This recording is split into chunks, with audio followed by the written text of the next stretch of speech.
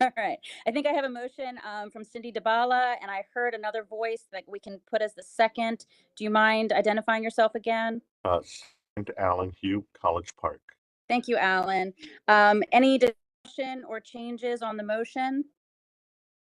Okay, all those in favor of the motion to approve the minutes, please indicate either with an electronic hand or your voice. Aye. I see some hands. They're so cute. Aye. All right. And then any objections? Any abstentions? Okay, hearing no objections or abstentions and seeing plenty of hands and eyes, the meeting minutes are approved. Moving on to the next item on the agenda, I want to encourage all members in advance to send any input they have to the committee and staff who can provide, they're going to be providing us an overview of their priorities for committee business in 2025. If you have any new interests, particularly new members, or want to provide input on what we prioritize our work on, now is a good time to share that. This won't be your last chance. Throughout the year, obviously, new programs, new ideas will arrive, but feel free now to help us shape our annual work program and the budget for the year. And so early input is really helpful on that. Having said all that, and thanking you for all your input, I'm going to turn it over to COG staff to give us the overview and then open up to discussion with the committee about the 2025 work plan. Mr. King. Good morning. I don't know who's pulling up slides. Is it? Yes, I'm pulling them up.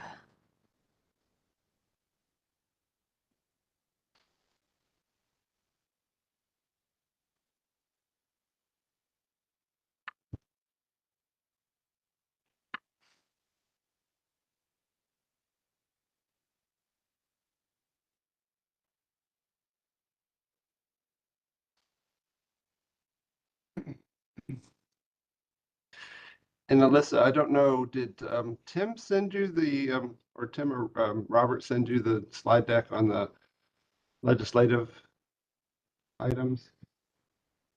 No, I don't have a slide deck for legislative items. Okay. Tim, are you on the line? Yep, I'm here. I can share those slides. Okay. So yeah, good morning, everyone. Just wanted to kind of give a little outlook here for 2025. Thank you so much. Next slide.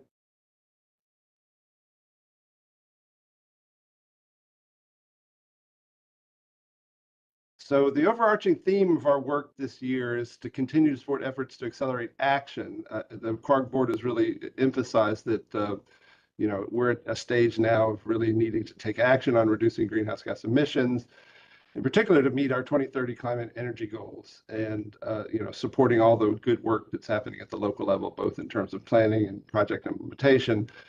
Particularly around electric vehicles, solar, tree canopy, building efficiency are all some of the key themes and priorities of the board. And in addition to the mitigation aspects of our work on climate, there's ongoing and building interest in preparing the region to be more resilient to the impacts of climate change, which we're already experiencing. In terms of some of the near-term priority activities, in the next couple of months, we'll be working on the work program and budget. We'll bring that to you in May. Right now, there's a lot of activity around tracking all the bills being introduced at the state legislature. I know that Chair Bagley is actually in Richmond today to that point. Tim, do you want to pull up your, I would just want to kind of divert here and do just a quick preliminary kind of overview of what we're tracking at the legislative committee level. And also ask for any volunteers, anybody who's new to the committee here who would like to be involved with the advocacy legislative work that we're involved with, please, either in the chat or send us an email, let us know your interest. But Tim, do you want to give a quick overview of some of the bills we're tracking? Sure. Robert was planning on doing that. I don't or know Robert, either one. Either one's fine.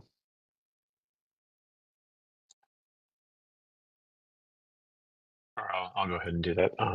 Tim, if you want to pull up those slides, we'll just go straight to the legislative priorities and then go through the bills we're tracking.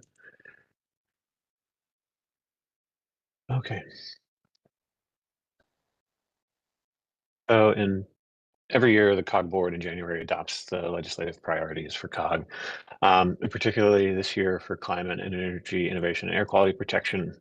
Our priorities are to support policies to meet the region's climate goals, support accelerated multi-sector actions to reduce greenhouse gases and criteria pollutants, ensure sustainable, secure energy access for all, support solar development and aggressive state renewable portfolio standards, expand clean energy innovation, technology, and finance, support aggressive energy efficiency goals, enhance incentives and financing mechanisms for climate resiliency, and support policies that preserve and protect regional air quality and public health.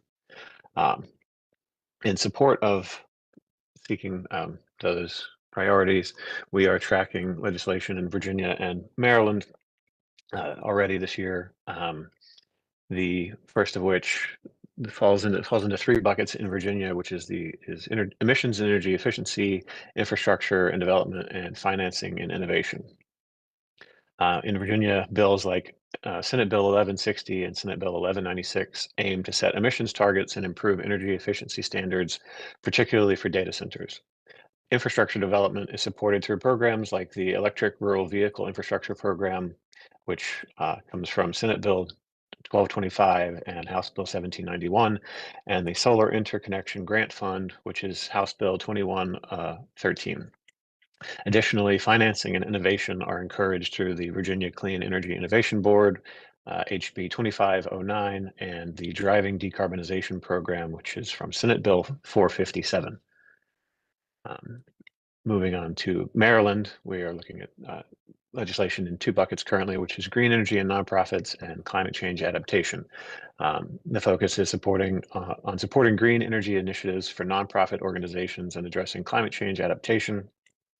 The Green and Renewable Energy for Nonprofit Organizations Loan Program, which is from House Bill 145, Senate Bill 105, would provide zero interest loans for energy projects, while the Climate Change Adaptation and Mitigation Payment Program from House Bill 128, Senate Bill 149 would secure payments from fossil fuel products to fund adaptation and mitigation projects throughout the state of Maryland.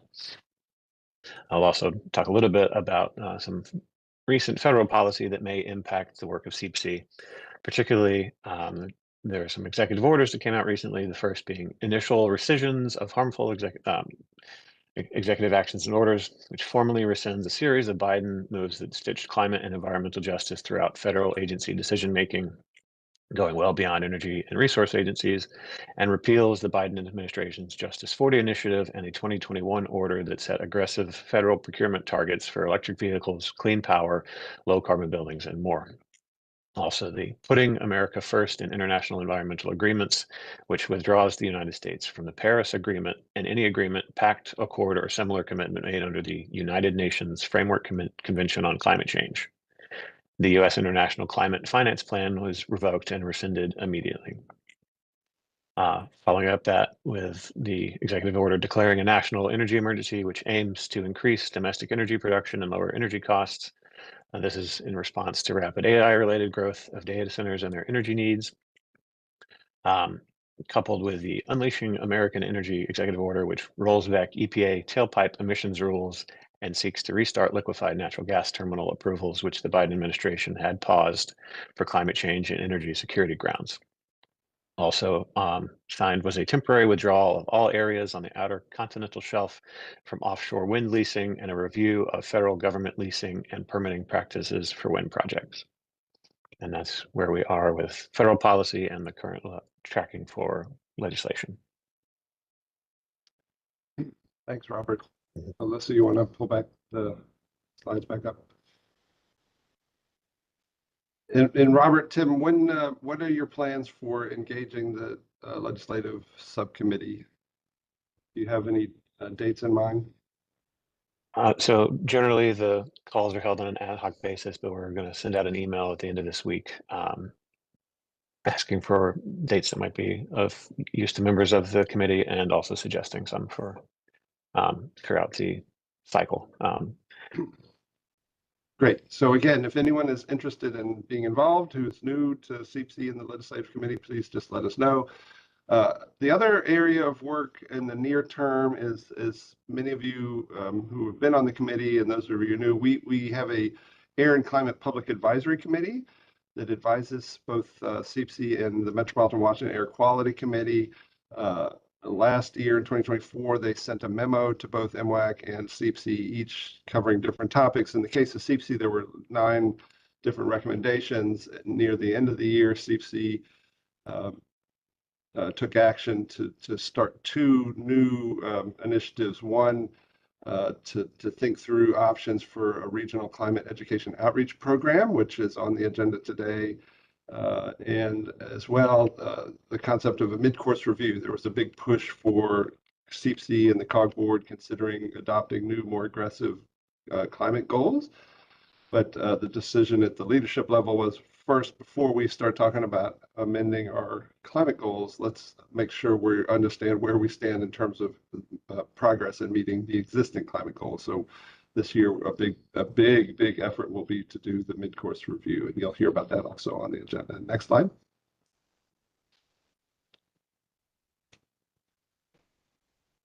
And so it does look like it's going to be quite a busy year for us here in the climate team at COG.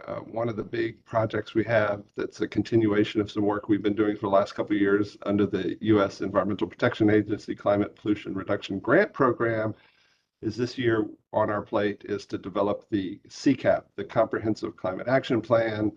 One of the big areas of focus for that plan development is we have significant funding and lots of plans for doing stakeholder engagements, and you'll hear about that on the agenda today. Really excited to be able to have that extra resource to do those engagements, so really looking forward to that. Our ongoing utility data requests, every year we have push out a request to all of our electric and natural gas utilities in the region to get data on energy consumption and grid connected renewables, et cetera.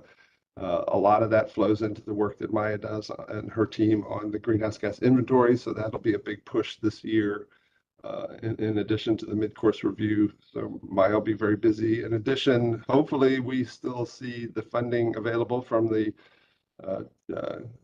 CFI grant that we got from FHWA to put in electric vehicle charging across the region, 3.9 million. COG has a signed agreement, but you may have seen the news. There is an effort from the White House to maybe try to claw back some of that funding. So we're hopeful it'll stick, but stay tuned. And along the lines of electric vehicles, we continue to manage the Regional Electric Vehicle Deployment Working Group.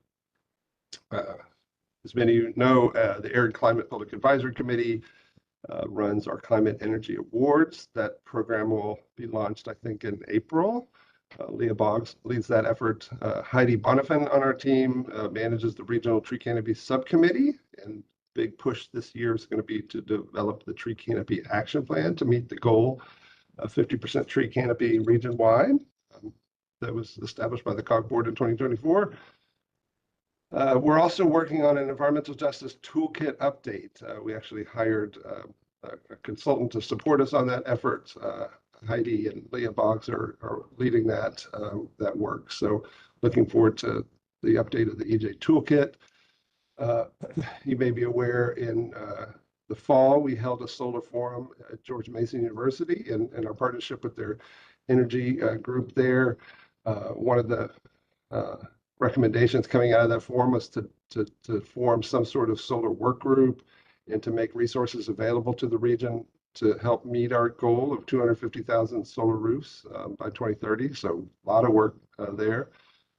One of the bigger issues that's hitting our plate in the last year is data centers. You may recall Randy Freed, a member of this committee, and others raised the alarm of the impact that data centers are having on our energy consumption and therefore our greenhouse gas emissions, particularly as it relates to our business as usual emissions forecast.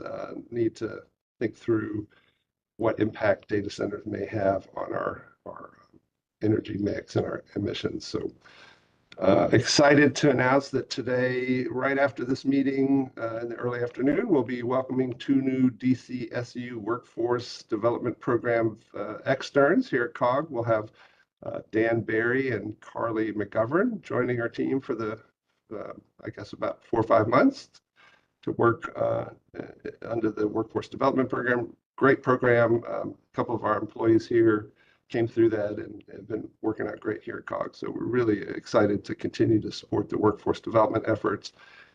And finally, hopefully folks are aware that the Pentagon years ago launched a new military installation resilience program. We've been very active here in DC with the military bases along the Potomac River.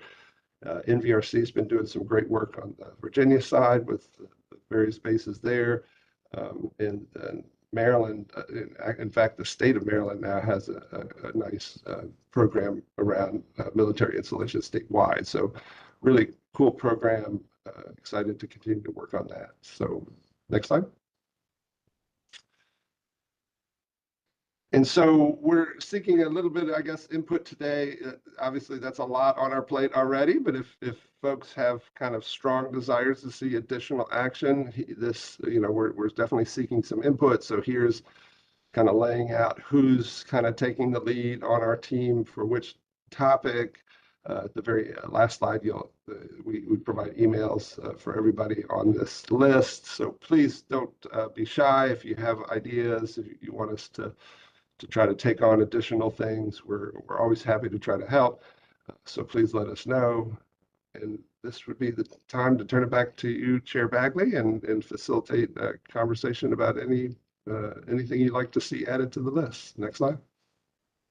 Yeah, thank you. Thank you, Jeff and Tom and everybody, or Tim, who put together the presentations and the extensive workload for the year. I would love to just open up to the floor for questions, comments, new ideas. This is really our opportunity to help staff understand what we see as the priorities for the work or new opportunities. So because there's so many of us here and I can't see everybody, kind of feel free to speak up, and then maybe staff can also help me monitor sort of people with hands up in the chat. And I saw Cindy asked if slides could be made available. Yeah, we can share those with you, Cindy.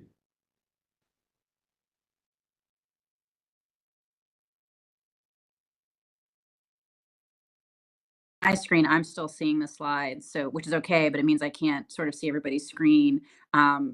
If there's anybody else who'd like to, here comes everybody back. So yeah, if anybody has a question, a comment, I know that in my briefing with staff, the data center issue, I'm glad to see it on the list. I think it's going to be a topic of growing interest, both from the energy use, water use, land use perspective. We might not be able to facilitate any in Alexandria proper, but we're seeing them certainly around us, and we're seeing it impact energy issues. So for me, that was something that I was pleased to see on the work program, and that I think will be an interesting and important topic for the year. But did anyone else? I see Randy giving the thumbs up, but to that. Anyone else who had question, comment? Otherwise, we can, I see Cindy, go right ahead. Thank you. This looks great. And having been last year involved in the discussions that led to this, when you put it all together and you lay it out, it is awesome. It's also a lot. My one comment is based on what Tim said about the changing federal landscape. Either some of these maybe need to be tweaked, or there needs to be another bullet that talks about how COG adjusts to, coordinates with whatever changing federal policies, because some of the stuff that Tim ran through is really going to knock some of these projects for a loop if COG is not on top of it. And of course you will be at the staff level, but maybe acknowledging it in the work plan is a good thing if it's phrased rightly. Just a thought.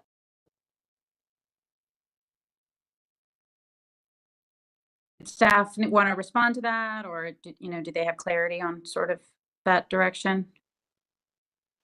Yeah, we've been working on this issue for quite some time and been through multiple, federal leadership changeovers. So yeah, I think as staff, we're keenly aware that we are facing a new reality here for the next several years. And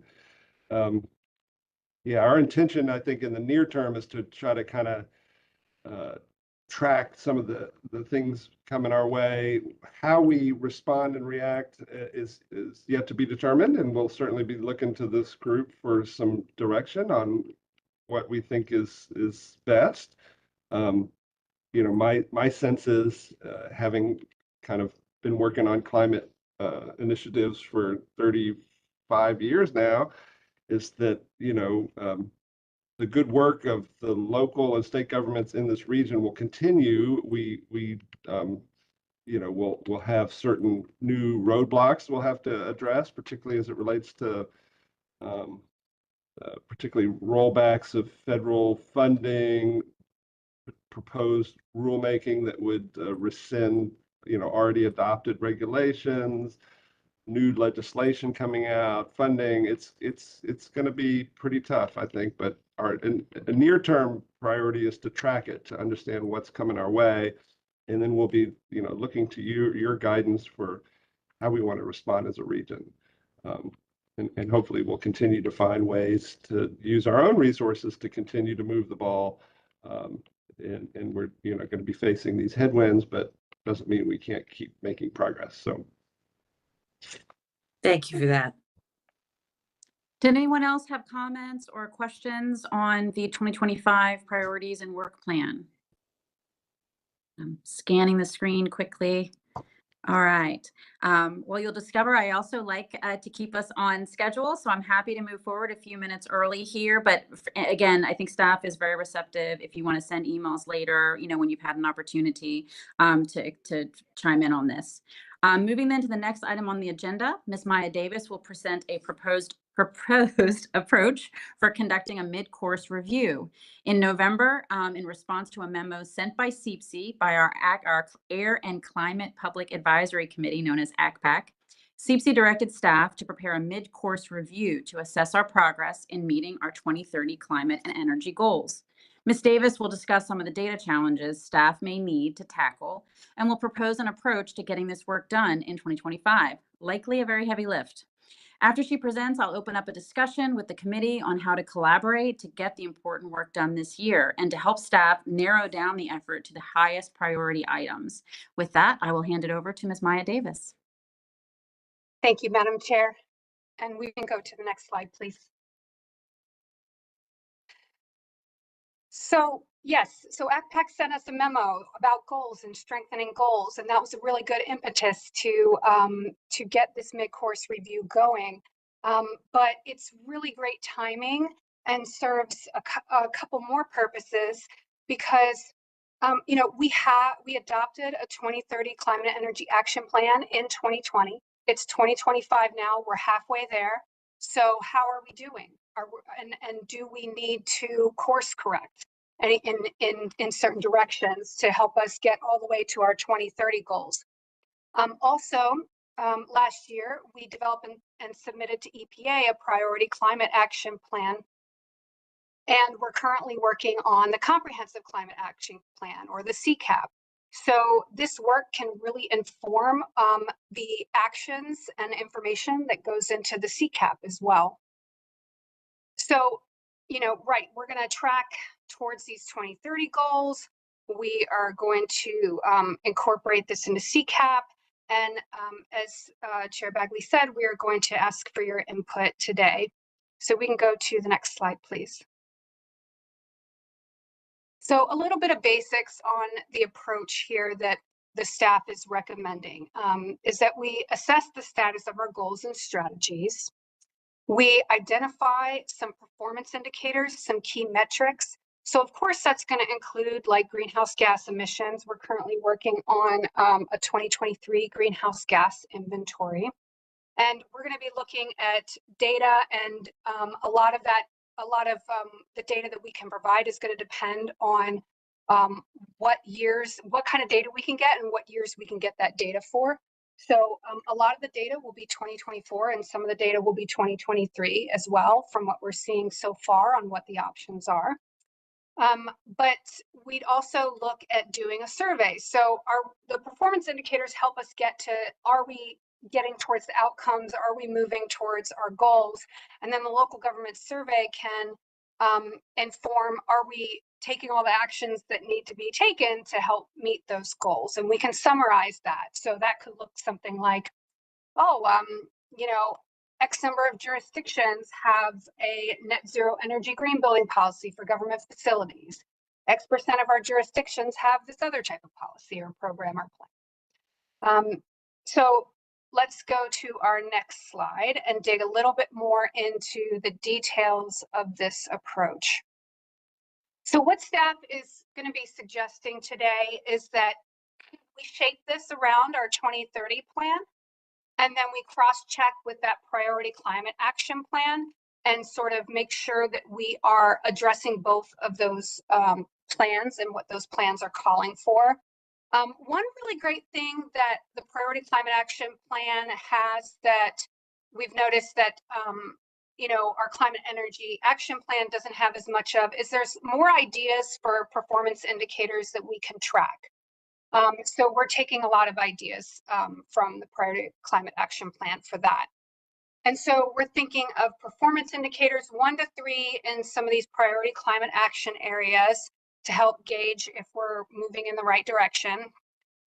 Survey the local jurisdictions on the priority actions, and do a review of local goals and actions to see if they're getting us towards a 2030 plan. And then doing a climate and energy progress dashboard update. Right now we have something that's really static, really basic, really high level. So for this project, we would be looking to provide more comprehensive details and information on local and regional progress, and tracking more indicators, and having it be more interactive, more informative, more details for you all to see and look at and really gauge how we're doing in these areas. And then another idea is that we could compile this into a mid-course review report. So we could highlight how we're doing on these performance indicators, summarizing the survey. And that survey can also help us do some highlights of best practices from local governments that we get in the responses from the survey. So next slide, please. So this slide, I think, is the main slide that you all could help us with in getting to the priority actions. So this graphic on the right is directly from our 2030 plan's climate mitigation strategy. And these priority areas are in that first column on the left, these climate action areas. And a big question for you all today is, where do we focus? Like, which of these climate action areas are really the most important for us to be digging into for this mid-course review? And then the right column here is the priority collaborative actions. And these could directly be what we survey the local governments on, is these actions within the categories that you feel are really important. So, you know, we were thinking perhaps there are just a handful of these climate action areas that you all want us to focus on. We weren't sure that we would need to do the full list for this mid-course review, but we really appreciate your direction on that. So we'll come back to this at the end. But let's go to the next slide so I can provide a little bit more detail and hopefully help you understand this approach and what we're kind of thinking for it. So this is just one example. So let's say you guys tell us zero energy vehicles are really important. We really want you all to focus on that priority action area. So a couple of the performance indicators that we could track are the number of electric vehicles, the electric vehicle ownership in the region. And our transportation team collects and analyzes that every few years. So we know we have it up through 2023. We could also update the EV charging stations and ports, and there's new data available that shows annual progress from around 2012 through all the way through 2024 for that date indicator there. And then what we would survey on again would be that column on the actions for the plan, but it could look something like, hey, are you working to expand your light duty EV deployment in your government fleet? What about community-wide? Same with medium and heavy duty vehicles. And are you working to deploy EV charging stations at government facilities? How are you supporting your community in that effort? And then also in a lot of these categories, there are these like designations or certifications that help local governments see and implement comprehensively what does a community have to do to support, in this case, electric vehicle deployment in their community. And so there is a relatively new Charging Smart designation. It had been getting tested out in a handful of states across the country, including Virginia. But just recently, earlier this month, they expanded it to nationwide, so any community in the country can now participate and work towards this designation. So highlighting something like this could just be, we know some jurisdictions are working towards these or participate in these types of designations, but it also could be really informative and helpful for local governments to get connected with these types of designations. So that could be something that we add to these local government surveys as well. Next slide, please. And then what are some options for communicating the results? So a couple of options that we're looking at here are potentially a more interactive dashboard on the COG website. This is something that's in development for other sectors and plans. The top two images on this slide, I know it's really hard to see, but this is an example of a crime dashboard that's underway where the black boxes are each jurisdiction. And so you can select which jurisdiction or jurisdictions you want to look at.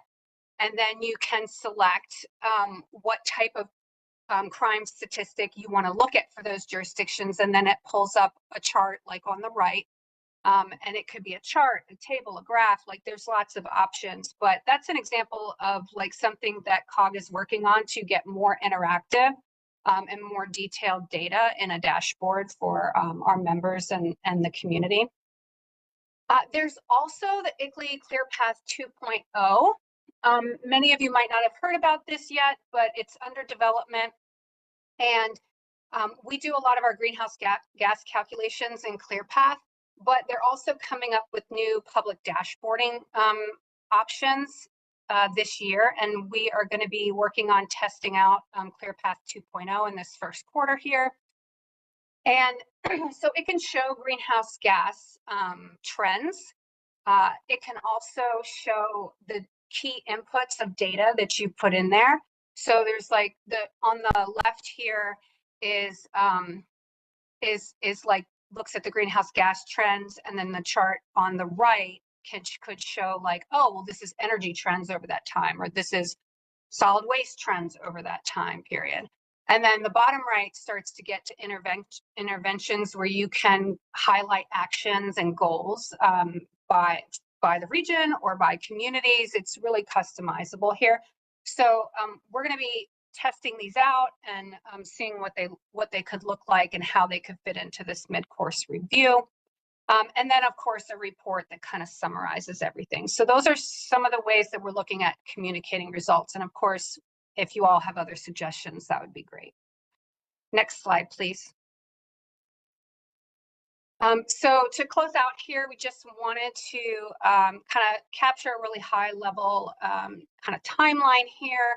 We're looking for CEEPC and ACPAC as well as BEAC. That's our Built Environment and Energy Advisory Committee. That is our committee of local government, energy and sustainability managers from across the region. So we will be looking for all three of these committees' input on the performance indicators and surveys in this first quarter here. And in March, we hope to get that survey out to local jurisdictions. And of course, already we're already working on the greenhouse gas inventory, but looking to starting collect data for the other performance indicators that are of interest to everyone.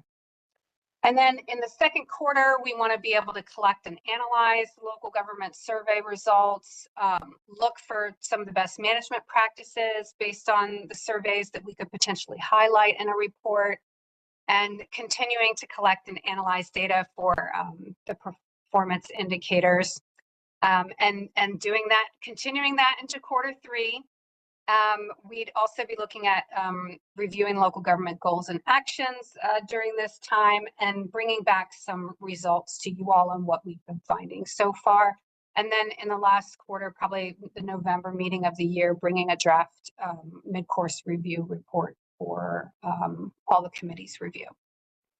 So with that, I will close out my part of the presentation, but Alyssa, if you could move back up to slide 5.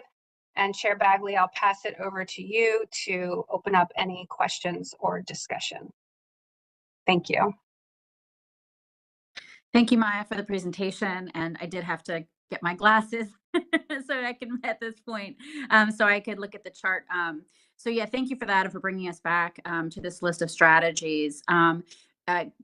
Putting it out to the body here, any questions, comments, or feedback about priorities? There is a lot of potential work here, and I think staff would appreciate hearing from members what areas most are you most motivated in seeing surveys in. I'll open it up to the floor.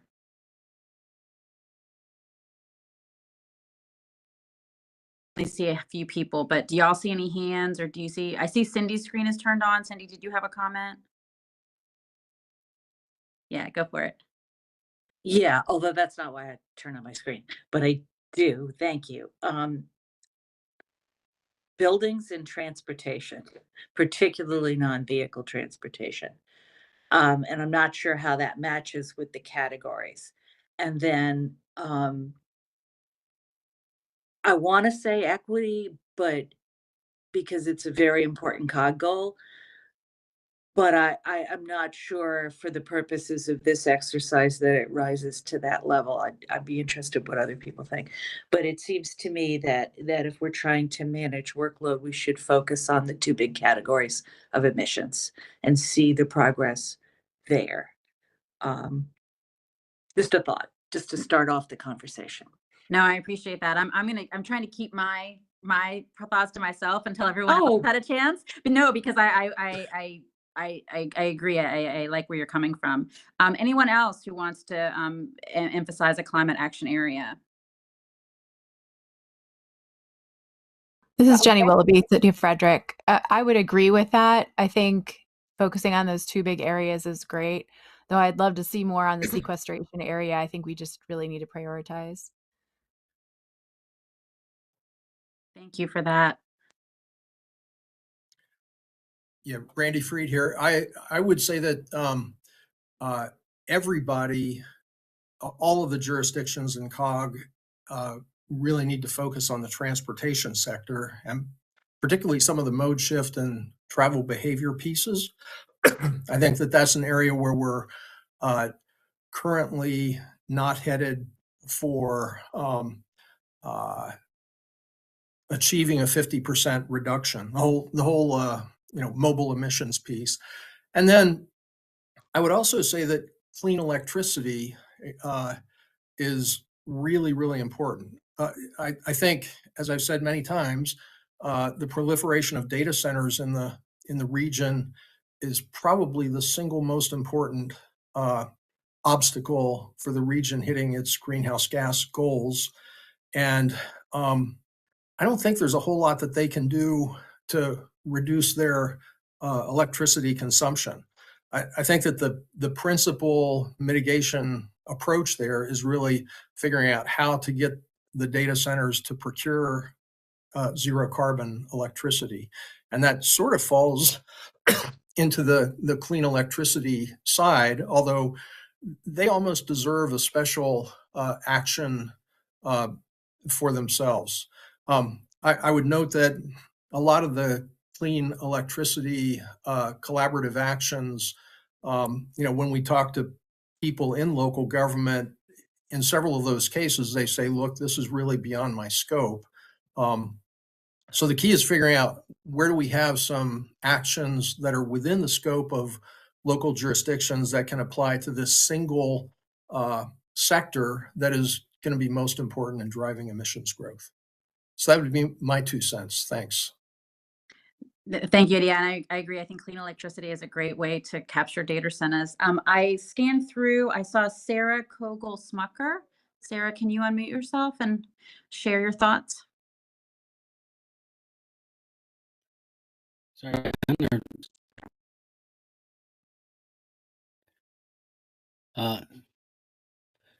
Is that Dan Scleroux? I also saw Dan's yes, hand up.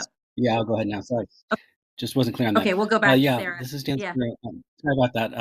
For SQ3 and building on what Randy just said, it seems to me there's really an opportunity here to focus on the data center sector in the context of reforestation and afforestation, and particularly where that's involving the sorts of native replanting that we're doing here in Northern Virginia.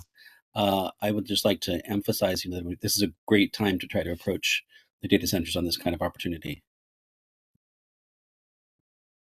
Thank you for that, Thank you. Dan. Sarah, are you able to unmute? And if you didn't intend to have your hand up, my apologies for calling you out. No. Let's see. Oh. Okay, great.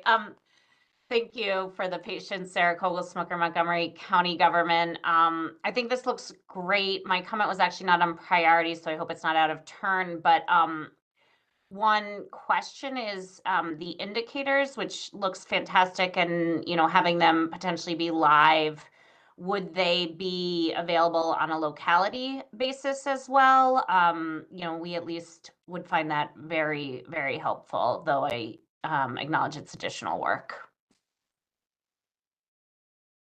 Yeah, for a lot of the indicators, potential indicators, we could provide local and regional information.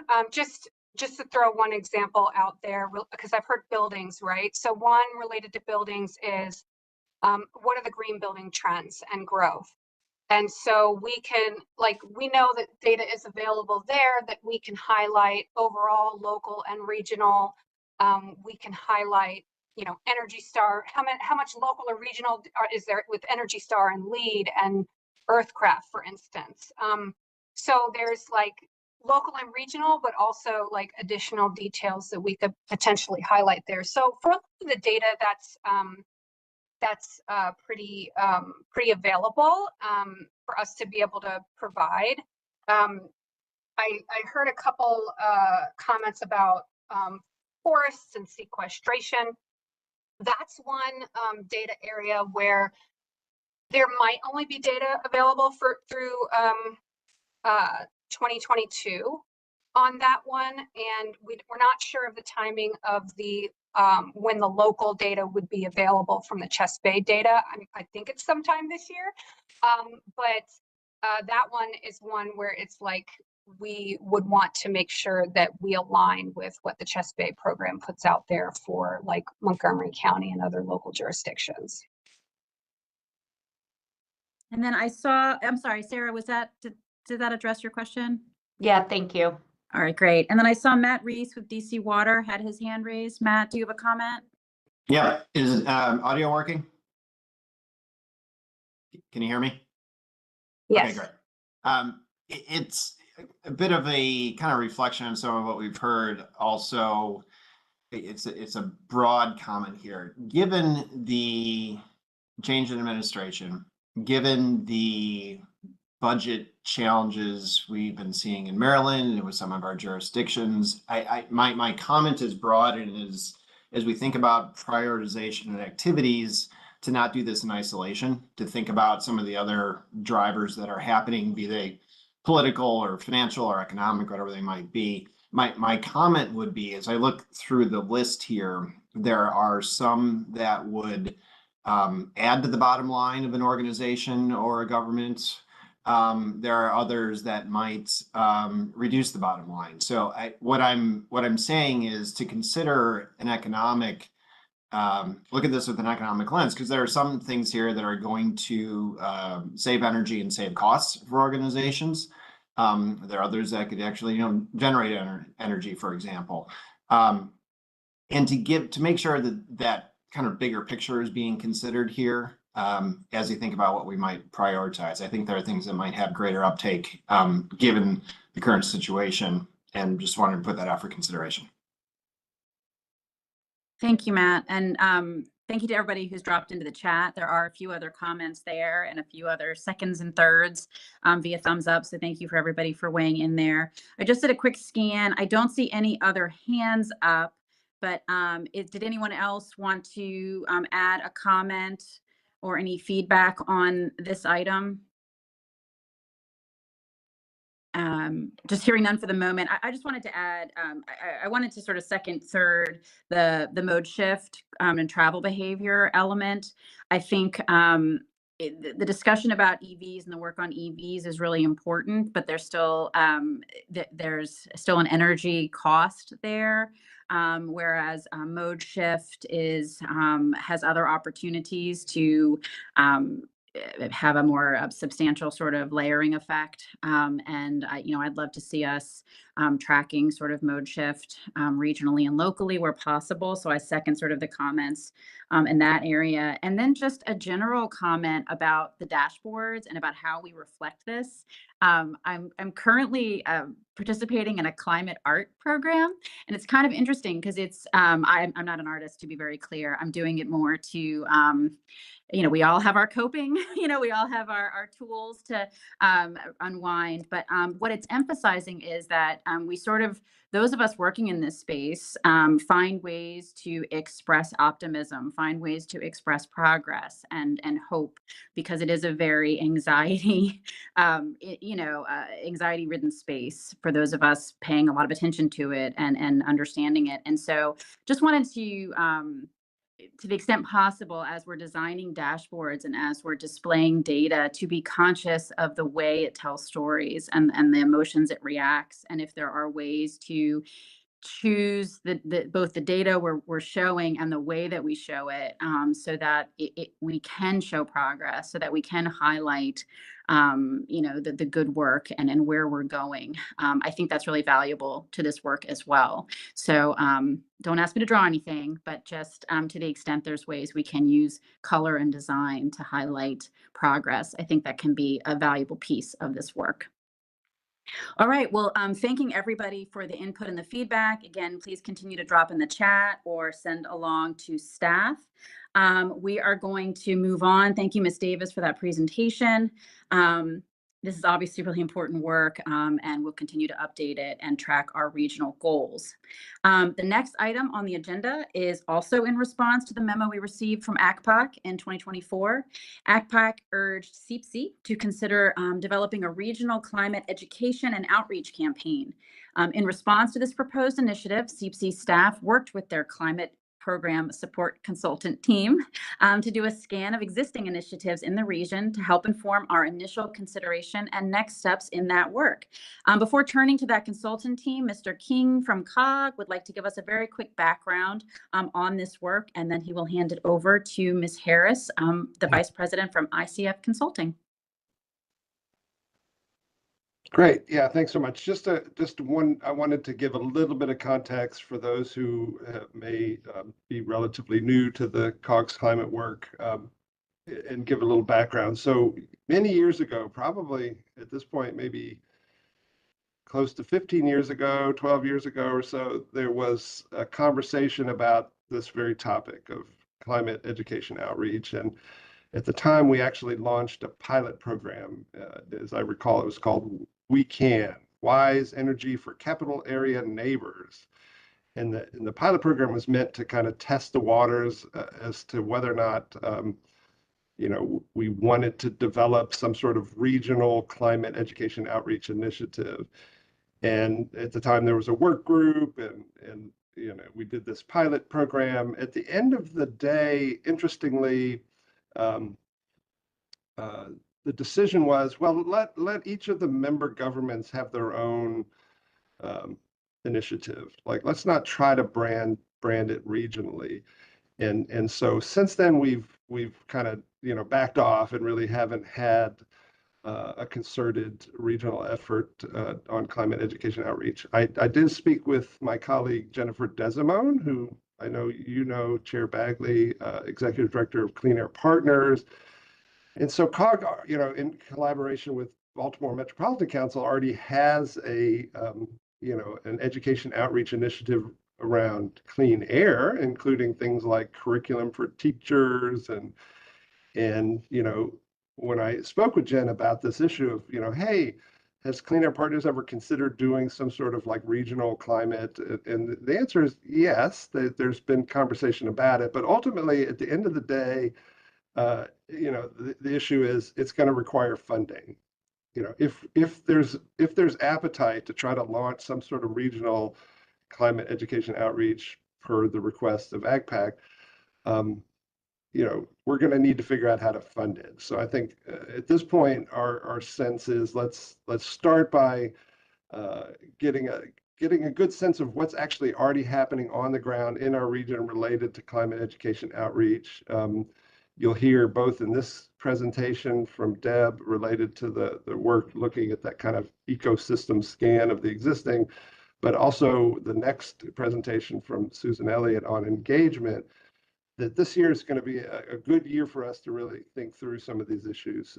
We have some engagements coming up that should be shed some light on kind of what's possible and where there's interest and passion to kind of do some of this work, and then kind of think through what makes the most sense. Is it a regional play? Is there some sort of resource we can provide so that the local government existing programs can be kind of supercharged? But anyway, I just want to give you that little bit of background that this is not the first time this group has kind of ventured into this realm of what do we want to do at the regional level related to climate education outreach. So, and also should note that, we have other organizations here, for instance, the Greater Washington Regional Clean Cities. So, they have a role in aspects of this as well.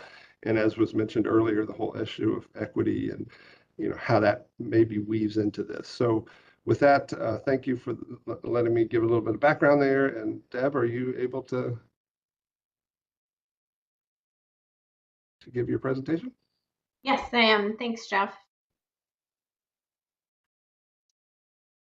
Hi, everyone. I think I've been in front of CEEPC a number of times, but for those who don't know me, I'm Deb Harris with ICF and leading our support for the Climate Pollution Reduction Grant Program, and have been working with Jeff and team since about, I'd say, 2016 or 17 or so.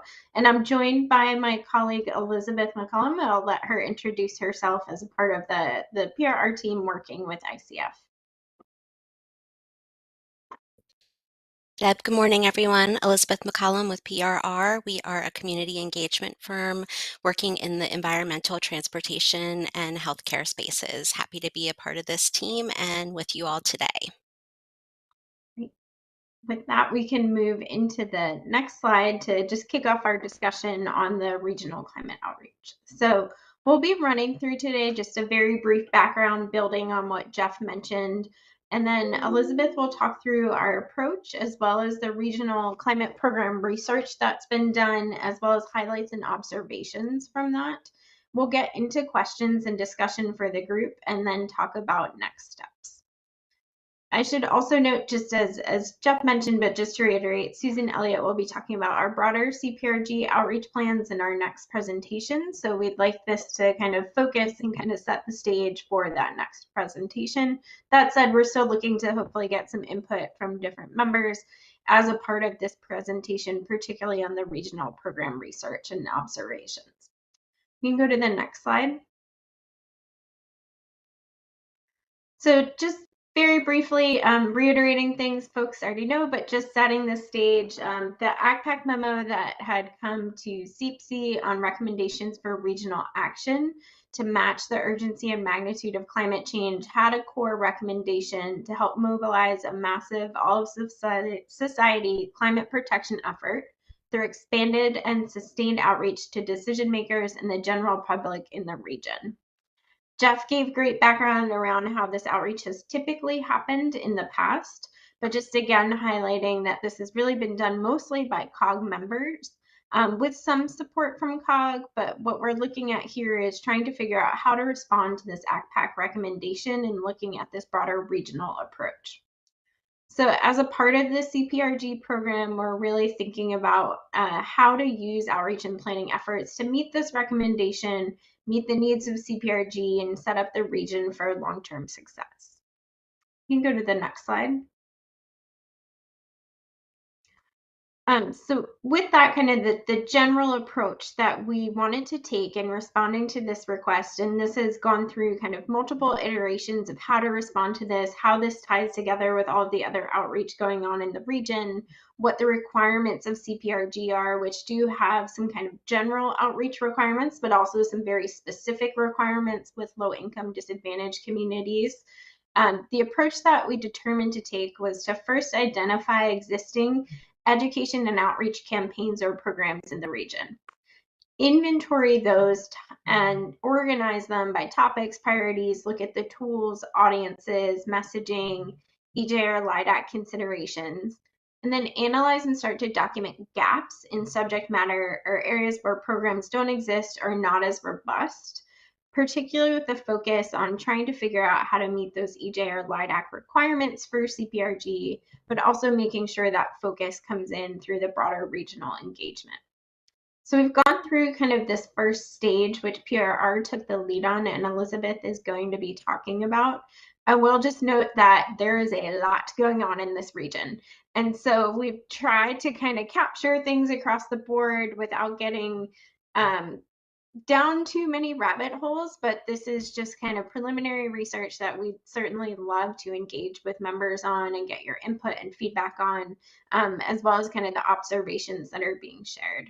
So where we are today is kind of this fourth bullet here, which is seeking your feedback on not only this analysis, but starting to brainstorm around what is wanted and needed regionally. This is really where we need the members to be driving the discussion, and then COG to figure out, with support from ICF and PRR, how to respond to those needs and really incorporate any of those needs or missing elements or gaps we're identifying in the research into a new climate education and outreach campaign. Again, to meet partially CPRG requirements, but really more broadly in a sustained manner what this outreach will look like. So we can go to the next slide. I think with that, I'll hand it over to Elizabeth just to give some highlights of the regional program research as well as observations from her team. Thanks again, Deb. Can we go to the next slide, please?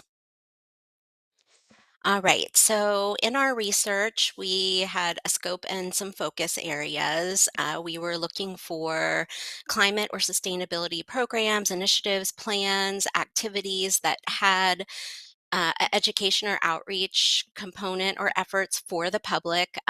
You'll see in some of these examples that maybe some were just a committee, some had robust outreach and education components, and we really tried to balance what we were looking at and make note of, some of the gaps and some of the strengths.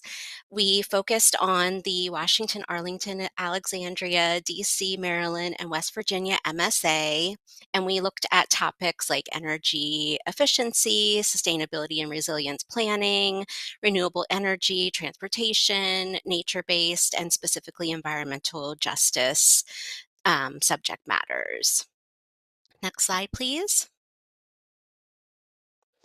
To date, we have researched around 150 entities. The majority are organized and implemented by government agencies, and we also looked at some private sector agent or organizations such as utilities, nonprofits, collaborations with colleges and universities, and the target audiences ranged from community members, homeowners, renters, customers, and businesses. And you can see in this little pie chart, the majority of the programs that we have found to date are in Maryland, followed closely by Virginia, then DC, and then West Virginia. And now I am going to pass it off to Sam McKenzie with our team to introduce himself and talk about some of the examples. So next slide, please. Hi, I'm Sam McKenzie. I hope everyone can hear me okay.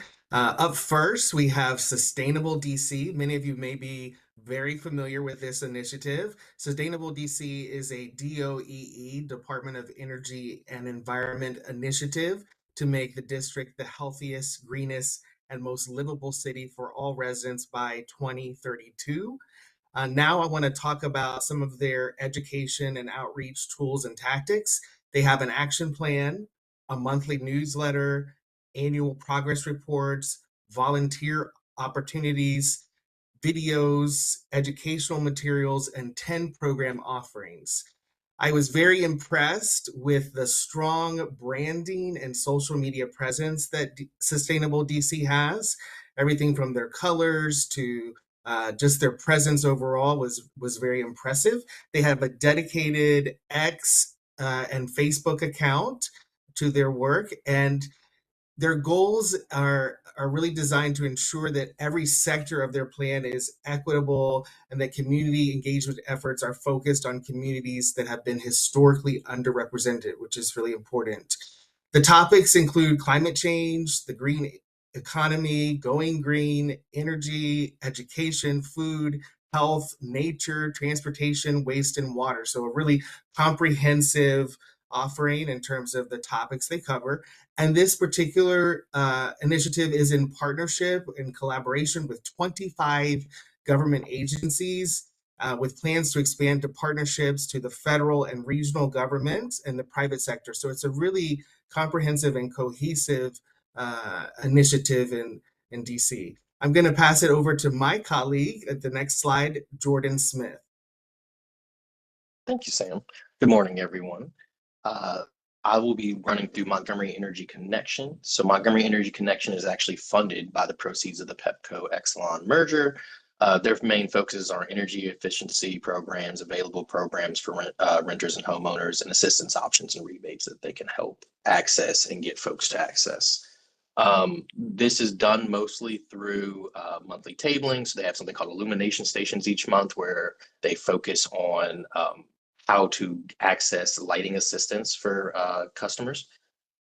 Do this also through monthly newsletters, blog posts, and different series. They currently were doing last year, as they were ending the year, doing an energy story series, which was cool, toolkits, multiple toolkits, and then they have an annual summit as well that they've had for the last few years. They do a lot of the promotion only through Instagram, which was a big difference. A lot of folks we've noticed when we were doing the research will do cross promotion on city or county, and they had their own dedicated Instagram where they do a lot of how-to videos and tips and tricks videos that get a lot of response. Focus on residents, renters, and homeowners. The materials are in English and Spanish, and their website has the ability to translate with the kind of Google Translate at the top to over 30 languages. So they're really trying to promote that. And something that we did note, a key LIDAC component here where they're doing outreach and education around is on the Keep Your Power On toolkit, aimed directly towards LIDAC communities and residents who have had their lights or their energy cut off in, I think, the last 2 weeks, and how they can get that cut back on very quickly. Resource topics include helping pay bills, using less energy at home, being more energy efficient, helping to pay for projects not out of pocket, switching to renewable energy, and electrifying home.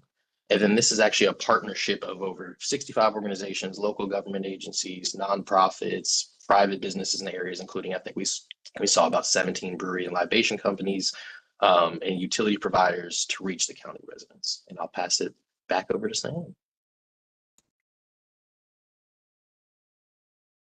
Thanks, Jordan. We can go to the next slide. Up next, we have Prince George's Community College Sustainable Energy and Workforce Development Program. This one is a little bit unique from some of our other examples. Renewable energy courses are offered by the community college to build skills and advance careers in the emerging sector. And some of the ways they do outreach and education include tuition-free courses, which is really important to remove financial barriers. And this program also has a promotional video to reach interested students. I think branding, marketing, social media, these are all important aspects of really designing, I think, an education outreach program. So something to consider. Their education outreach are geared towards job seekers specifically, and their course topics include electric vehicle prep, solar, building science, and a home improvement certification. This particular program is in partnership with the Department of Environment, Sustainable Energy. And we can go to the next slide.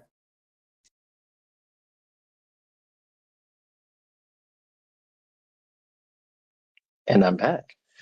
City of Fredericksburg, Virginia Environmental Sustainability Program. So they had a very robust page underneath this environmental sustainability program.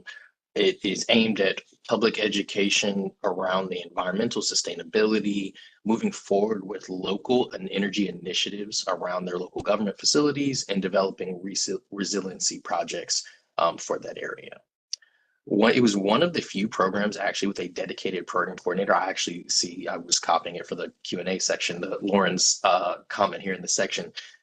Most that we would research, and Sam can talk to some that he researched, we would see folks that were staff for specific things. So maybe utility assistance, if it was a robust program. This was one where they had a specific dedicated program coordinator for the entire environmental sustainability program, which just seemed was more focused on guiding you to whatever resource you're trying to get to, whether that's recycling, community landfill and waste, or water protection. And then they had actual staff members that were working within those. So they had a very kind of well built out and well funded through their program staffing. Information is shared with through their social media sites using FXBG branding. So as I kind of talked about with MEC having their own individual social media that they were using, this is using the city's pages, but with specific branding, which we saw on some other organizations as well. Education is focused around residents, renters, homeowners, and then they expanded more into kind of EV drivers and owners and solar panel users, as they had a couple more programs focused around expanding EV driving and getting more charging and smart charging stations in their area. And this is actually a partnership focused with the City Council, the Clean and Green Commission, the Department of Public Works, and multiple area nonprofits. And I'll pass it back to Sam, I believe. Sure, thank you. So up next is Resilient Fairfax, and Resilient Fairfax is a plan and a program to help Fairfax County adapt and become more resilient to changing climate-related conditions. And they have a number of education and outreach tools and tactics that they use, including a climate action plan, a climate action dashboard with metrics, a Resilient Fairfax overview presentation, videos, resiliency checklist, interactive climate change map, resource pages per audience, one-pagers in English and Spanish, and a speaker request option. Really comprehensive in terms of what they're doing for outreach. I was really impressed with the fact that they have a podcast, The County Conversation, that's hosted on SoundCloud, and they also have dedicated Facebook and X accounts to reach audiences. Their education is focused on businesses, residents, and community organizations, and the plan and strategies incorporate a One Fairfax policy, which commits Fairfax County to intentionally consider equity when delivering policies, programs, and services. Some of the topics with Resilient Fairfax include the effects of climate change, such as extreme heat, severe storms, and flooding. And this particular program is in partnership with the Office of Environmental and Energy Coordination, established in 2019. We can go to the next slide, and I'll pass it to Jordan.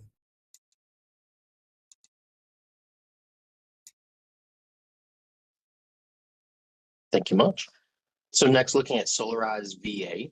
So this is a community-based outreach initiative that aims to kind of be a, I think we listed here as one-stop shop, kind of your end-all be-all for residents around education and installation for solar in the Northern Virginia area. And they tried to do that by being very locally friendly to specific areas within that Northern Virginia area. So they do this using comprehensive FAQs, specifically on solar, what an installation is like, cost, really trying to get into the nitty gritty of that. A testimonial page where other folks who've already done installations, I think reading that was interesting because I think as a homeowner or you're a renter, if you do have the capability to install at a renting facility, it's tons of questions to ask. So great that they have testimonial from real people in the area who've already done it in similar situations. Free assessments where folks will come out and assess what it would cost and all of the timeline for that as well, and a resource page talking about solar tax credits, incentives, and how to apply. Really strong use of YouTube to host solar related webinars, which I think is within that solar energy space is a great thing to be doing. I think a lot of folks are heavy into the YouTube space within that solar energy community. So I think they're really taking advantage of that. Education focused on homeowners throughout northern, southeastern, and central Virginia, as well as Lynchburg, Roanoke, and surrounding counties. So kind of further deeper into Virginia than we typically see. But I think there's, having gone to college down in Appalachia, I know there's tons of land and a burgeoning and growing solar market down there from friends who are in the Roanoke area trying to do it. So I know this is definitely something that's out of the norm. And then talks all include all things solar, from education, installation, and then after installation care. Program is managed by a nonprofit, Local Energy Alliance Program, LEAP, and partners with NVRC, Alliance for the Shenandoah Valley, Piedmont Environmental Council, and over 20 municipal partners across the state. Spread word. And actually, I think we're going to stay with me. So we can go next slide, please.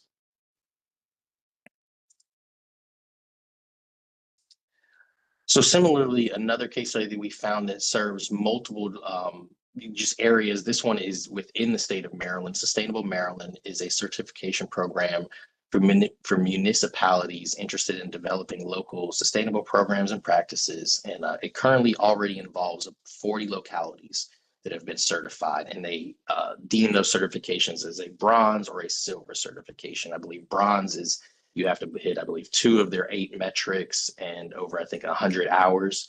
And their silver, I think, is 4 of 10 or 6 of 10 of their metrics. And then you have to hit about, I think, 250 hours. So, and they do a lot of this through monthly webinars that had a vast rotation of topics. I think just looking at what they had done last year, it was significant in all the different topics, and they take topics from localities. So if you have something that you're interested in being trained in, you can take it to them, and they will try to put together trainings to help staff in the area and local nonprofits be prepared to implement those programs.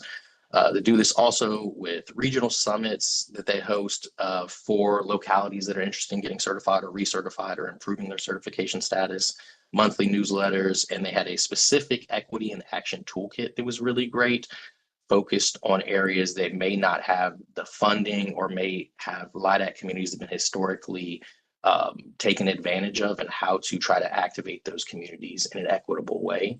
A corresponding database to utilize and take a hold of all of this information that they have and that they've gathered. And then they actually have training for those municipal staff as well to help implement. They have a great Facebook page that does a lot of cross promotion for upcoming in-person virtual webinars and trainings and events hosted by localities within their 40 certified areas. So they do a lot of cross promotions for nonprofits to help reach those in the area. And education is focused on helping those municipalities fund sustainable initiatives with grants, certification action toolkits to get areas certified, Maryland Smart Energy Communities MESEC program training, and then technical assistance using or implementing all tools and training they provide, so to make sure that they don't just give you a tool and just walk away. There's a great collaboration between the Environmental Finance Center at UMD and the Maryland Municipal League. And I believe I'll pass it off to Elizabeth.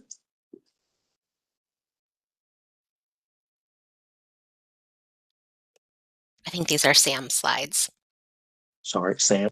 No worries. No worries. No worries. Now we're going to talk through some key observations and gaps. Up first, I think it's fair to say that most resources are jargon heavy and aim toward those well-versed and experienced in the climate sustainability realm.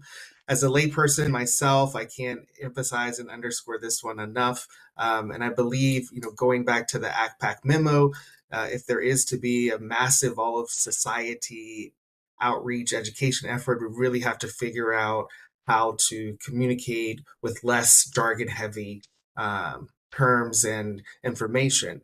Secondly, there is a lack of consistent targeted environmental justice, social justice, LIDAC focus and programming. We noticed that majority of the public education campaigns provided information and materials in English, which means the converse of that is true, that non-English information wasn't readily available. There may have been Google Translate on some pages, but as my colleague mentioned to us, that doesn't translate PDFs. So this was an observation as well. There was not always a clear call to action up front, and most sites had many pages and links to navigate to get specific information if you know what you're looking for. One here would be DC, Sustainable DC. It was very comprehensive, but a lot of information, a lot of programs, and it could be really easy to get lost and not be sure where the call to action is. Many of the sites and materials did not clearly correlate how individuals, households, businesses, etc., contribute to climate change and what we can do to offset the impacts. I think this one also goes back to the ACPAC memo and number 2, which is talking about human produced CO2 emissions. This is being able to clearly communicate and correlate that to individuals and households, I think is really important. We can go to the next slide. Okay, a few more key observations and gaps. The programs and materials could benefit from offerings, low-hanging fruit solutions up front, smaller, more scalable actions that are more universal, accessible, and easily implementable by individuals. Some examples would be light bulb replacements, shopping in bulk, BYOB, here the B meaning bag, composting, and taking transit. We also would recommend more focus on specific local impacts by region, locality, etc. would help the public relate more and perhaps encourage more action. We noticed that rural initiatives tend to emphasize nature-based programming and preserving local natural resources. And then I think finally, areas without a regional or local plan were less likely to have initiatives beyond tree planting, water conservation, recycling, and referrals to state or local nonprofits. I believe we're going to the next slide with Elizabeth. Thanks, Sam. So just to kind of tie this up before we pass it over to you all for any questions and discussion, some recommendations for the COG Education and Outreach Initiative based on some of this preliminary research include offering support to specific partners to develop easy-to-use graphics that help explain the impacts of climate change so that it's more understandable and, maybe a suite of customizable templates and materials can be developed, and there's some mixing and matching or using icons across the board that stand for simple things, and then focusing a portion of the content on specific actions that low and moderate income households and renters can take to be more green and sustainable. I will say, having solar installed on your roof and getting an EV charging station in your garage and purchasing an EV vehicle are great efforts to take towards eliminating some of the impacts of climate change. They are not applicable to all households. So focusing on some of the things that people who don't own their home, people who don't own a car or want to own a car can do would be really helpful. Again, it's noticing what Sam spoke to earlier. It's making some of these a little more individualized and less of a kind of heavy, overwhelming lift where, you've got to get a federal grant or something like that. So making it more universal to apply to everyone, no matter what their circumstances. Again, we noted offering translated materials, transcreation for languages other than English so that certain communities and populations have access to these materials and programming. And then the toolkit could possibly have some best practices for designing and implementing successful outreach, as not just the materials, but some recommendations for, okay, here's some events that you could host, or here's some community pop-ups you could do, and ways to share these materials and information. And lastly, just leveraging local green teams and other councils or committees to help identify specific EJ needs across the region and offer climate messaging development expertise, and doing some testing of materials with diverse audiences. And I think I'm passing it back over to Deb.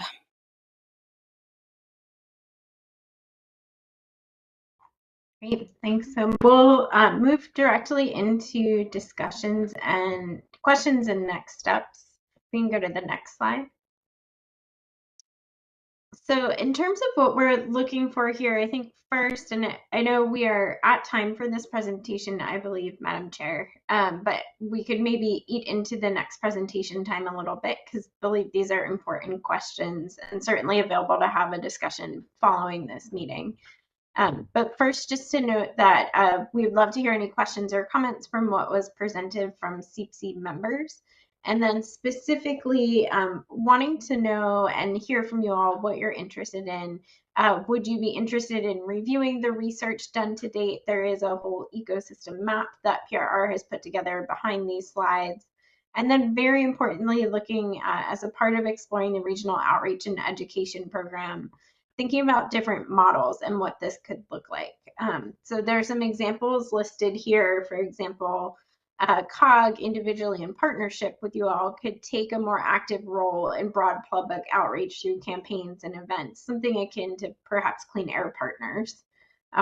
Another option could be to provide more resources and toolkits for COG members, so a little more consistency, and helping to fill some of those gaps identified across the region, but the actual outreach and engagement would still sit with COG members. Or running specific outreach and engagement programs for topic areas that are critical for collaboration, like solar, addressing data centers, and certainly interested in other ideas from CEEPC members. So this is what we'd love some input on. I don't know, Jeff, if there's anything else you'd like to add on this slide as well. No, thanks, Deb. Great. So I wanted to thank those members who have been dropping some questions and comments in the chat. That certainly helps, keep the conversation moving, and just direct ICF and PRR to those comments in there. Lauren Paulette asking about like the size funding of these programs. I think that's something we'd all like to know more about, sort of in the research review. Also, there's Susan Cunningham from Arlington has asked about return on investment. Do we have any sense of, can these that broad survey you covered, do we know what the hit rate is, what the engagement rate is on their Facebook page, to get some comparisons? And Ms. Kogel-Smucker has also dropped a comment about local impacts from these programs. One comment idea I had was about sort of, is there a role for perhaps COG or to play in maybe performing some sort of like audit for these programs? Like, hey, like we did this big review in the region, and what it showed us was some are better than others at language engagement, some are better than others at equity or that sort of thing. And because I think what I found really encouraging while I was watching this survey is how much is being done. Like the structures are being built, right, for local work to be done. And that's really encouraging. But then the last few slides were like, oh, okay, but here's what all that work is maybe missing. And is there a role maybe to play, in us providing, we looked at everybody and here's what we think you're doing well and where you could improve, relative to your cohort. Because I know our Office of Climate Action in Alexandria is working so hard at what they're doing, right? That they might not so how everybody else is succeeding or being challenged. I don't want to cut off dialogue, obviously, like this is an important topic to your point, but I do want to make sure we have time for our next presentation and for our committee updates. So unless there's any other comment or from the staff or please feel free to continue dropping feedback in the chat. Staff will see that and to send other questions or feedback you have. But if it's acceptable to the group, we're going to move on then. Do we need to, Deb, did you want to speak to this last slide? Yes, very, very briefly. Just if you have additional thoughts, please keep putting them in the chat, but certainly reach out to Jeff in the next 10 days or so, 9 days. We'd be happy to have some targeted discussions with folks about ideas you have or hear your feedback over email and trying to collate all of that to figure out next steps. And then again, please let us know if you're interested in reviewing what we have for the mapping of programs. It is purely based on desktop research right now. So some of the questions that you all might have would potentially better be suited from direct interviews or discussions with those actually delivering the programs. So certainly interested in your thoughts if you want to review or help supplement that. And then again, we'll be incorporating a lot of this into kind of recommendations for how to move forward with CPRG and other outreach that's more sustained. So really appreciate everyone's thoughts and time today. Thank you for the presentation, Deb, Elizabeth, Sam, and Jordan. There was a lot of passing back and forth that went really smoothly. Thank you for that. Item 5 on our agenda is related to COG's work on the U.S. Environmental Protection Agency's Climate Pollution Reduction Grant Program to develop the Regional Comprehensive Climate Action Plan, the CEEPC. As part of the CEEPC development, COG must conduct a series of stakeholder engagements. The ICF support team will provide an update on plans for engagement in 2025, and Susan Elliott from ICF will present. And again, I'd remind everybody the chat's working great today. Continue to leave your comments as Miss Elliott makes her presentation, and I will hand off to Susan. Great, thank you so much for having me today. I'm Susan Elliott. I'm a managing climate planning consultant at ICF, and I have been supporting the CPRG project throughout the PCAP part all the way through now where we are developing the CCAP. Today, I'm going to present a preliminary overview of what we have planned for the engagement sessions this year to support the final development of the CCAP. And then we'll hopefully have a bit of time where we can hear your input on priorities and direction. Next slide, please. Great. So this is an overview of the goals and tools that we're using for the CCAP engagement. You've seen this before, so this is really just a recap and a reminder for you on that, where the goals for within the CCAP are to build support for the plan and inform it with key stakeholders, projects, and programs, building regional collaboration and active participation, and then also effectively incorporating LIDAC members' input. This is a key requirement that is from EPA that we need to be doing engagement specifically focused on LIDAC communities. EPA does not give direct prescription around what the specific activities are, but it is a focus area that when we put the plan together, we need to speak to how this was achieved. And so through that, the LIDAC members can also be representatives from within the community or groups that serve LIDAC communities. In addition to that, there is incorporating and supporting the jurisdiction's ongoing community engagement efforts, and then informing and creating awareness with other community members throughout the COGS jurisdictions and the broader MFA.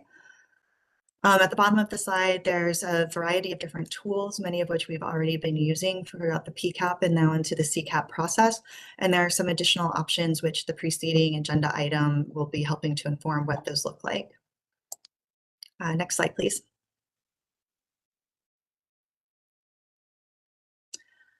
As we've been thinking through the CCAP and how to structure engagement, there's really a number of key audiences that we have in mind. I'll give a brief overview on this slide, and then we'll talk through a little bit more on where we see input and what these look like on the next slides.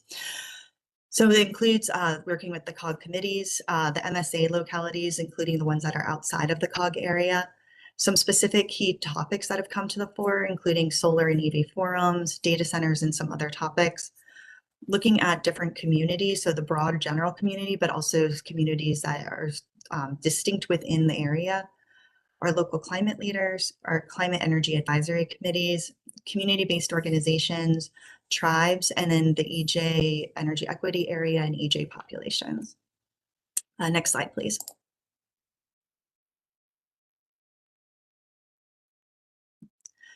So in terms of engaging the COG committees, there are a number of committees within COG, which really reflects the active participation and interest that is happening in the area with regional coordination. Within the overall report, we've identified a handful of committees that are likely going to be interested in informing all the different sections of the report. So that includes the CPRG steering and technical committees, CEEPC, as well as ACPAC. And then the other committees were looking at more specific sections and topics within the CCAP that they would be most interested in. So for the buildings and energy sector, the BAC committee, waste sector, the recycling, and there's also solid waste managers, transportation sector, working with both TPB as well as the tech and, ZAP committees and the freight committee. And then for the LIDAC analysis sector, our analysis looking at the chief equity officers, as well as on the environmental justice subcommittee. And then over on the AFLO, working with the farm committee and the regional tree canopy subcommittee. As we are working with these groups, our aim would be to first share a summary of what the PCAP measures included, gaps that we've identified that we are hoping to be able to address within the CCAP, and then asking for input on additional gaps that they see, solutions and actions, either way within understanding the challenges that are there. Then later in the process, sharing a draft of what the CCAP report is, including at that point what the results are of the workforce and the LIDAC analysis pieces.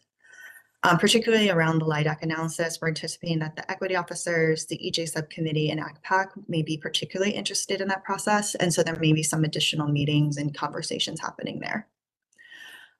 Next slide, and actually it looked like the slide went backwards one, so I think we need to move forward 2 slides. Yep, thank you.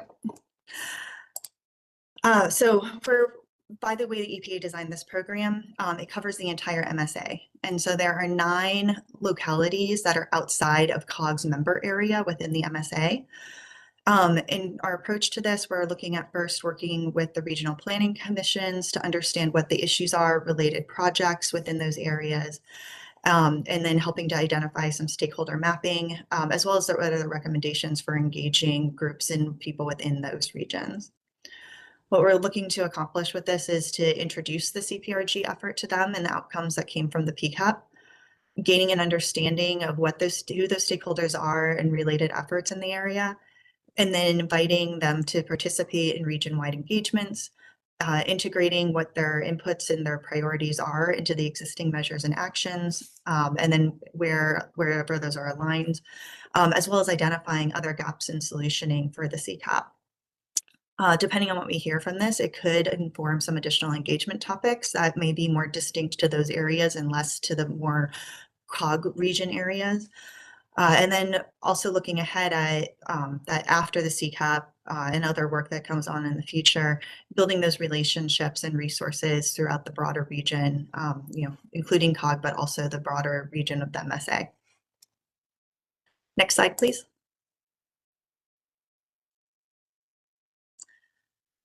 So then for topic-based engagements, these are ones where there are some key topics that have been identified that really cross different sector and industry stakeholders.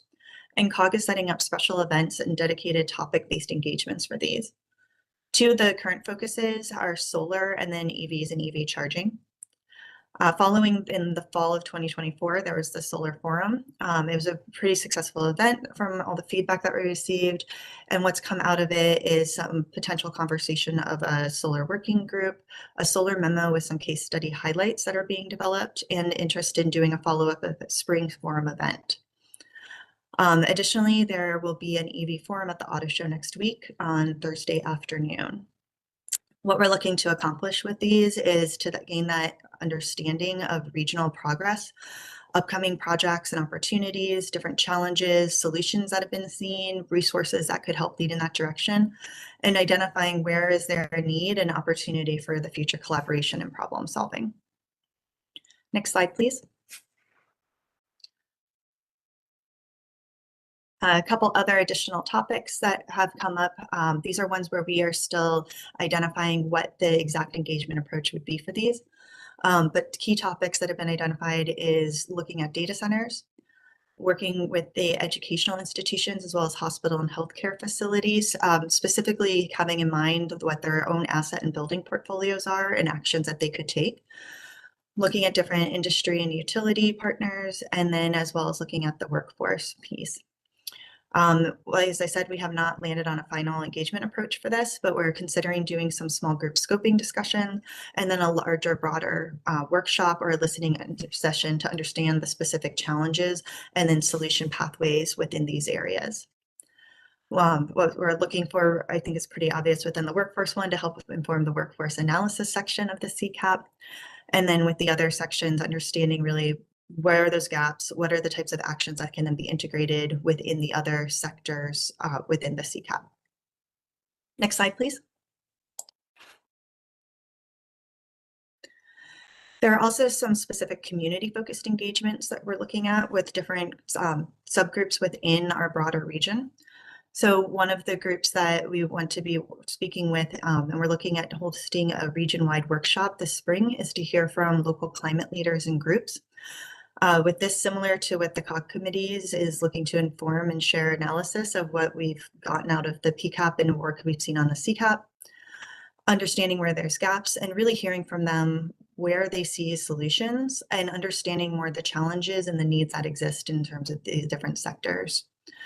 There's also a focus on this on fostering relationships, not just with COG, but also looking at helping to foster relationships. We're looking for the broad general public at hosting a couple of webinars with the primary focuses of informing and collecting their input, as well as then connecting interested individuals to local programs and ongoing efforts for future involvement if they have those interests, and then sharing with them an update of the final report. Next slide, please.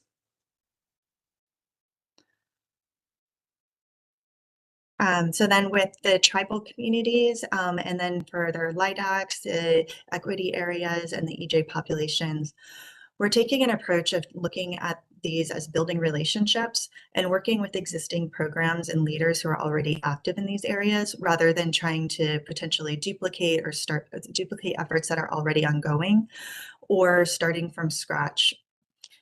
Within the tribal communities, we are in contact with the Potawatomi Indian Tribe in Virginia and the Akakeek Foundation in Maryland. We're working with a couple of tribal leaders and using their advice to inform our engagement approach in terms of how to build those relationships and what type of information sharing to include, as well as what types of events and really what our engagement process should look like. What we've heard from them is an emphasis on building relationships with the tribal councils and then the community, including the youth, developing a shared understanding of what the different organizational scopes are, potential greenhouse gas sources, priorities within their communities, and identifying what areas are aligned between the process the COG is leading with this CCAP, and then what their existing organizational priorities and areas of activity are. There's a very strong focus that we've heard in this of information sharing and really learning and looking for points of alignment and understanding between the organizations. In terms of with the LIDAC energy equity areas and EJ populations, as I said before, this does also include the support and advocacy organizations for these communities. A lot of the pieces discussed in the preceding agenda item are going to be informing this, but this is where we're very much looking at leveraging relationships and programs that are already happening, particularly for communities that are overburdened and support organizations for those that are really doing a lot of good work but are quite busy. We want to make sure that we're not overburdening them even more with the type of approach that we're bringing, particularly if there's already local engagement efforts at play. We'd rather learn from those and get the important outputs and really inform the CCAP from those efforts rather than potentially trying to duplicate something. And so with that, we'll move on into any questions you have, recommendations in terms of input of how we approach these, any of your thoughts on our what the things I just shared. We will be looking to finalize what our engagement strategy is for the CCAP. And so happy to hear what you all have to say. With that, I will hand it back over to the chair. Thank you so much, Susan, for the presentation. This is obviously a key part of our work, and I'm excited to sort of see where it goes this year. There are some comments in the chat that I would just encourage staff to look at. I appreciate as well, Susan, helping to get us a little closer to our time goals for the meeting. So thank you for moving through that. I'm going to open it up back up to the floor. For any comments or suggestions about individuals or organizations you think could be important for ICF and COG to have on their invitation list for engagements in this area. We want to make sure we're capturing any active local organizations and climate leaders in our region so that they can be included in these public engagement efforts. Did anybody feel free to unmute yourself and jump in if you had an idea or a comment? I'm doing a quick scan just to see if I see any hands. Okay. I don't see any hands at the moment, but this is, again, an ongoing area that you can send feedback to staff as you meet partners, as you hear about actors in the space, for them to include in their invitations. Is Susan's contact information, is that something we can add into the chat or add into the meeting minutes to be sure that everybody has it, to provide that feedback? Jeff? Yeah, sure. We can do that. And also, interestingly, our DC Sustainable Energy Utility externs have arrived at COG. And I don't know if you can see them in the background there. They just joined me in the office. So welcome, Dan and Carly. Just so you know, Dan in particular has lots and lots of experience on climate engagement. So one of the things I'm going to ask Dan to do is join Susan in this effort to try to turn over every rock in the region and find all the cool local climate leaders and convene them and talk about what we could do to continue doing this good climate work that we're engaged with. So really, this one of probably the most exciting thing for me this year is going to be this local climate leaders engagement. It should be pretty cool. That's great. Well, welcome to the externs. It's lovely to see you in the background there and see your hands waving. And I just wanted to pass along Cindy's comment that a lot of the groups mentioned in the scan of regional work being done are obviously good partner sources, on future engagement. So that big scan that was done of engagement organizations is a great place to start. So moving on then, thank you for that presentation. We'll move towards item 6 on our agenda. I realized I sort of plunged right in this morning because I was sitting in the hallway of the General Assembly building as I started this meeting. But for those of you who have been on this committee for a while, we did move the committee updates to the end, and we're approaching that part of the agenda. And committee updates were circulated in advance. This was partially an attempt to make sure that we gave our presentations the opportunity to have questions and have a real dialogue, and to allow those updates to be shared in advance if possible. But we don't want to short circuit, obviously, the important work being done at these subcommittees, but it was just something we wanted to give a try to and see if it sort of allowed us to not have to squeeze out that last presentation sometimes. So with that, I'm going to move on to item 6 on the agenda. And as I do that, I wanted to take a moment to acknowledge, and I think staff is also available to help me with this. We have a new chair for the Regional Tree Canopy Subcommittee. I think technically this person has to be appointed by the chair. So we have formally appointed Mr. Brian Kitely to be the chair of the Regional Tree Canopy Subcommittee. Mr. Kitely is the director of Urban and Community Forest Division in Fairfax County. He's been responsible for administering their tree conservation ordinances until in 2023. So he's clearly experienced and very well qualified to continue to lead this valuable work. And I will welcome to the new chair of that committee. We will kick off the committee updates with the BEAC, the Built Environment Energy Advisory Committee. If a member could give a brief update. Yes, good afternoon. Good morning, Madam Chair. This is Leah Boggs of COG staff. And if you'll indulge me a bit, I will be giving maybe 3 updates, BEAC, ACPAC, and on the auto show. So if I can go right into each of them to sort of save time here, but just a very short update for BEAC, the Built Environment and Energy Advisory Committee. We have a new committee officers in place for 2 positions. That is Al Carr with the DC Department of Energy and Environment. And the co-vice chair is Maddie Bizzardo from the city of Bizzardo. Staff is endeavoring to fill in the Virginia co-chair position. We hopefully will have that filled by the first meeting of the year, which will be February 20th, where we will be discussing the mid-course review as the technical advisory committee to CEEPC. And I'll pause there for any questions. And if there aren't any, I'll move forward to ACPAC update, if that would be okay. Thank you, Ms. Boggs. Keep rolling. And just very quickly, you do have that in your packet. ACPAC has kicked off work, the update of the Environmental Justice Toolkit. That was done back in 2017.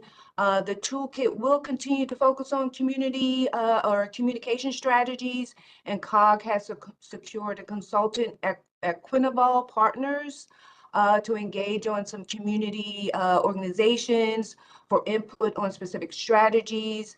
We are integrating or working with our work on the EJ subcommittee that's out of the Metropolitan Washington Air Quality Committee, and also our work with the CPRG engagement. Equinol will be starting their community outreach back in March of 2025. And our first meeting of the year is this Monday on January 20th. We'll vote on new officers at that time as well. And lastly, I think you all have information about the auto show that's coming up. This is our annual event on January 30th at the Washington Auto Show on their Public Policy Day. We'll have 4 panels: state of charge, challenges on EV charging at multifamily housing, making EVs more accessible, as well as a fleet electrification strategy. This is an event we're doing in cooperation with the Greater Washington Clean Cities program. We're excited to have Neil Harris, who was the first vice chair of the Transportation Planning Board this year, who will be giving opening remarks. The registration is actually closed now. That's a good thing to have. But we're hopefully, if we get any more openings, we will endeavor to include any CEEPC members who are interested in attending. And that is it for me, Madam Chair. Thank you so much for those updates. We will then get back up to item 6C, the Regional Electric Vehicle Deployment Working Group. I will hand it over to their member.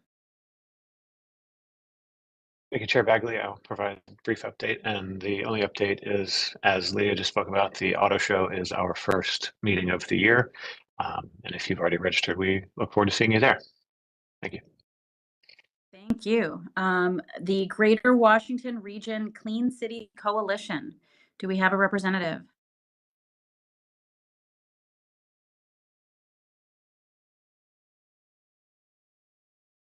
Yeah, it doesn't look like Antoine Thompson's still on the line, but he did put in the chat an announcement. They recently moved offices. They're actually right next door to COG's building now, here on North Capitol Street, and they're hoping having a reception. So if you could attend that, I'm sure Antoine would love to see you. Yeah, I did see that. You kind of have to scroll back up the chat now. And it's also a good opportunity for me to note that any updates from the committees that were sent in advance are available on the committee website. So that's part of our goal here, is to anything y'all send in advance, it'll be added to the website, available beforehand, and questions can be asked. Moving on then to the Recycling Committee. I don't see John Snar on the line. I think one thing to keep in mind is John Snar, who runs the recycling committee, has been very excited about the battery safety campaign, and so we've re-upped on that to fund, kind of co-fund that again this year to address the issue of the fire risk associated with batteries and just proper disposal of batteries. Thanks. Great, thank you. And now, without further ado, our new chair of the Regional Tree Canopy Subcommittee, Mr. Brian Kitely. Actually, Brian's not on this one particularly today. So this is Heidi Bonifant, who helps staff the Tree Canopy Subcommittee. And thank you, Chair Bagley, for approving Brian. And as you mentioned, we have a new incoming chair. So we want to thank Mike Knapp, who's been chairing the Regional Tree Canopy Subcommittee for a number of years and saw us through several rounds of reports and the goals, the tree canopy goal that the board passed in April of last year. And then our main focus this year is that action plan development to really have concrete actions to reach and maintain that tree goal. So thanks. Thank you, Heidi. Appreciate that. So we have a few minutes left here for member roundtable updates. And again, continue to send those in advance. We'll share them on the committee website. I'll start with anyone from Maryland who wants to provide a member jurisdictional update. And yeah, if y'all can help me scan for voices and hands. Do we have anyone from Maryland? Okay, seeing none, I will pass to DC. Do we have any DC members with any DC specific updates? Going once, going twice. Finally, my Virginia colleagues, do we have any Virginia jurisdictions members and staff who would like to provide any updates? All right, well, I hope moving this to the end hasn't lowered people's interest in providing their member updates. We'll continue to see how this process goes, but please continue to send them in advance. They'll be shared on the committee website. Drop them into the chat throughout the meeting. Obviously, I appreciate all the questions and the dialogue today. It was a really great meeting. I'm looking forward to working with all of you this year and to make this as climate friendly and proactive year as we can make it. Our next virtual meeting will be held on March 26th at 10 a.m. Without objection, I'll also just mention the auto show real quick at the end of the month. You heard the shout out from that by Ms. Boggs, so please let staff know if you're interested. I will see you all virtually March 26th at 10 a.m. And without objection, our meeting is adjourned early by 3 minutes. Thank you all.